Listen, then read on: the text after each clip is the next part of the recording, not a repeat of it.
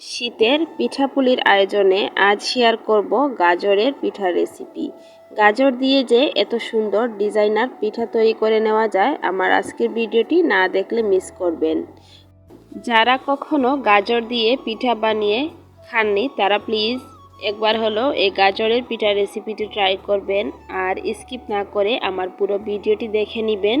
আমি আজ গাজরের খোসাটাও কাজে লাগিয়ে আপনাদেরকে দেখিয়ে দিব। গাজরের খোসাটাও কিন্তু আপনারা পিঠা তৈরিতে ব্যবহার করতে পারবেন।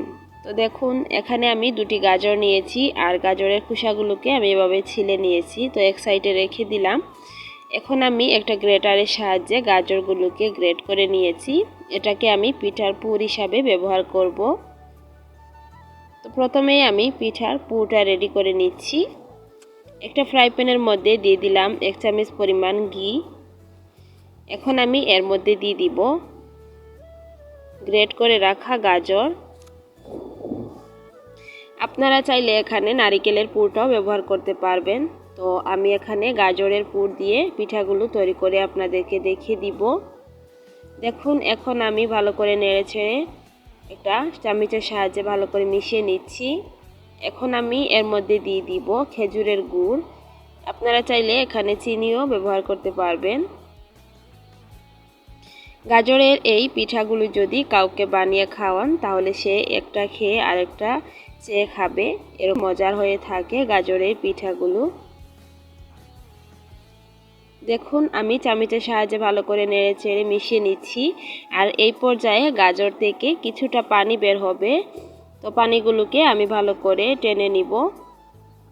তো দেখুন, কিছুক্ষণ সময় নিয়ে এটাকে আমি ভেজে নিয়েছি আর গাজর থেকে পানিটাও ভালো করে টেনে নিয়েছে। এখন আমি এটাকে নামিয়ে ঠান্ডা হতে রেখে দিব। আর এদিকে আমি পিঠার কাইটা রেডি করে নিব। এর জন্য পরিমাণ মতো পানি দিয়ে দিলাম। এখন আমি যে গাজরের খোসাটা রেখেছিলাম ওই গাজরের খোসাগুলো দিয়ে দিব। এতে করে পিঠার মধ্যে খুবই সুন্দর একটা কালার আসবে। তবে এই গাজরের কালারটা ততটা ভালো না, এর জন্য গাজর থেকে বেশি একটা কালার আসেনি। আপনারা যদি ভালো দেখে গাজর নেন তাহলে গাজরের কালারটা কিন্তু অনেকটাই সুন্দর আসবে, পানির মধ্যে চলে আসবে। এতে করে পিঠার রংটাও কিন্তু এরকম গাজরের কালার হবে। তবে আমার এই গাজরের কালারটা কিন্তু ততটা আসেনি, এর জন্য পিঠার কালারগুলোও গাজরের কালারের মতো হয়নি। সমস্যা নেই, গাজরের কালারের মতো না হলে কিন্তু এরকমই সাদা দেখতেও অনেকটা সুন্দর লাগে। তো দেখুন, আমি এখানে দিয়ে দিচ্ছি স্বাদ অনুযায়ী লবণ। এখন আমি এখানে 1 কাপ পরিমাণ চালের গুঁড়া দিয়ে দিলাম। দিয়ে চালের গুঁড়াটাকে ভালো করে মিশিয়ে নিব। গাজরের খোসাটা ব্যবহার করেছিলাম যাতে পিঠার মধ্যে খুবই সুন্দর একটা কালার চলে আসে। তবে এই গাজরের খোসার মধ্যে কোনো কালার নেই, এর জন্য আসেনি। অনেক গাজর আছে, সেই গাজরগুলো আপনারা সিদ্ধ করলে দেখবেন খুবই সুন্দর একটা কালার আসে। তো এখন আমি এটাকে ঢাকনা দিয়ে কিছুক্ষণ ঢেকে দিয়েছিলাম। তারপর যখন কাইটা ফুটেছে তখন আমি এটাকে ভালো করে মথে নিচ্ছি। তো এখান থেকে আমি একটা লিচি কেটে নিচ্ছি। দেখুন, নিয়ে আমি দেখুন এরকম করে ডিজাইন করে পিঠাগুলো বানিয়ে নিব। তো আমি আপনাদেরকে দেখিয়ে দিচ্ছি আমি কিভাবে পিঠাগুলো তৈরি করেছি। এই পিঠাগুলো তৈরি করা কিন্তু খুবই সহজ। আর এই পিঠা তৈরি করতে লাগবে আমাদের একটা শন। এই শন দিয়ে কিন্তু খুবই সুন্দর ডিজাইনটা করা যাবে। তো এখন আমি সেখান থেকে কিছুটা গাজরের পুর দিয়ে দিলাম, দিয়ে এভাবে মুখটা বন্ধ করে দিব। দেখুন, আপনারা প্লিজ দেখেই বুঝে নেবেন এই পিঠাগুলো কিন্তু খুবই সহজেই তৈরি করে নেওয়া যায়। এখন আমি উপরটা একটু সমান করে নিচ্ছি। শীতের পিঠাপুলি আয়োজনে যদি কখনো গাজরের পিঠা বানিয়ে না খান তাহলে প্লিজ একবার হলো এই পিঠাটি বাসা ট্রাই করবেন। খেতে কিন্তু খুবই সুস্বাদু হয় আর দেখতে কিন্তু মাশাআল্লাহ পিঠাগুলো খুবই সুন্দর। যাকে আপনি বানিয়ে সামনে দিবেন সেই কিন্তু এই পিঠার প্রেমে পড়তে বাধ্য হবে। তো এখন আমি সাইডটাকে খুবই সুন্দরভাবে একটু হাত দিয়ে মিশিয়ে নিচ্ছি। তারপর আমি একটা শন দিয়ে ডিজাইনটা করে নিব। এখানে আমি গোলাপের ডিজাইন করব। এখন উপর থেকে কিছুটা ঘি লাগিয়ে দিয়েছি। তো এরকম একটা শন থাকলে কিন্তু আপনারা খুবই সুন্দর একটা ডিজাইন করে নিতে পারবেন।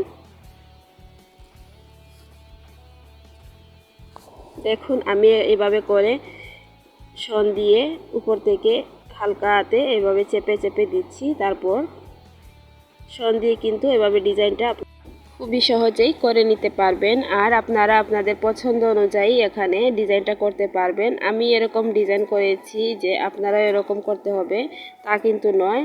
আপনাদের পছন্দ অনুযায়ী আপনাদের মনে যা ডিজাইন আসে আপনারা এই পিঠার মধ্যে করে নিতে পারবেন। এতে করে পিঠার সৌন্দর্যটা অনেকটাই বাড়িয়ে তুলবে। তো এরকম করে আমি সবগুলো পিঠা বানিয়ে নিচ্ছি। আর এখন আমি পিঠাগুলোকে ভাপ দিয়ে দিব।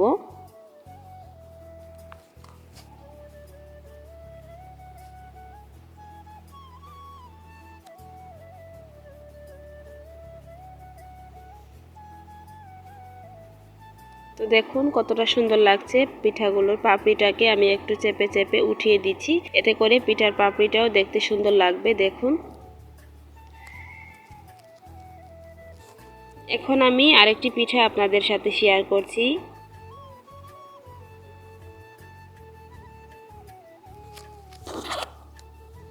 আর এরকম শন কিন্তু আপনারা যে কোনো কসমেটিক্সের দোকানে অথবা লাইব্রেরিতে খোঁজ করলে পেয়ে যাবেন, অথবা কারো বাসার ডিজাইনটা করে নিতে পারবেন।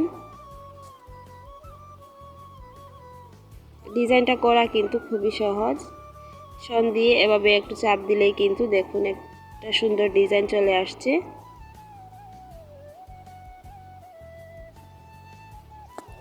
এখন আমি পিঠাগুলোকে সিদ্ধ করার জন্য একটা পানি পাত্রে ফুটিয়ে নিয়েছি। আর এখন দিয়ে দিলাম একটা স্ট্রেনারের মধ্যে পিঠাগুলো। তো 5 থেকে 6 মিনিটের মধ্যে এই পিঠাগুলো ভাপ দেওয়া হয়ে যাবে। দেখুন পিঠাগুলো আমার হয়ে গিয়েছে, আমি নামিয়ে আপনাদেরকে দেখিয়ে দিচ্ছি। দেখুন পিঠাগুলো কতটা সফট হয়েছে আর ভিতরের পুরটা কতটা সুন্দর হয়েছে আমি আপনাদেরকে দেখিয়ে দিচ্ছি। দেখুন, তো এই ছিল আমার আজকে পিঠার রেসিপি। যদি ভালো লাগে তাহলে প্লিজ লাইক কমেন্ট শেয়ার করবেন। আর আমার চ্যানেলে নতুন হয়ে থাকলে প্লিজ চ্যানেলটিকে সাবস্ক্রাইব করে পাশে থাকা বেল আইকনটি অলে প্রেস করে রাখবেন। সবাই ভালো থাকবেন, সুস্থ থাকবেন। দেখা হবে পরবর্তী কোনো ভিডিওতে। আল্লাহ হাফিজ। আসসালামু আলাইকুম।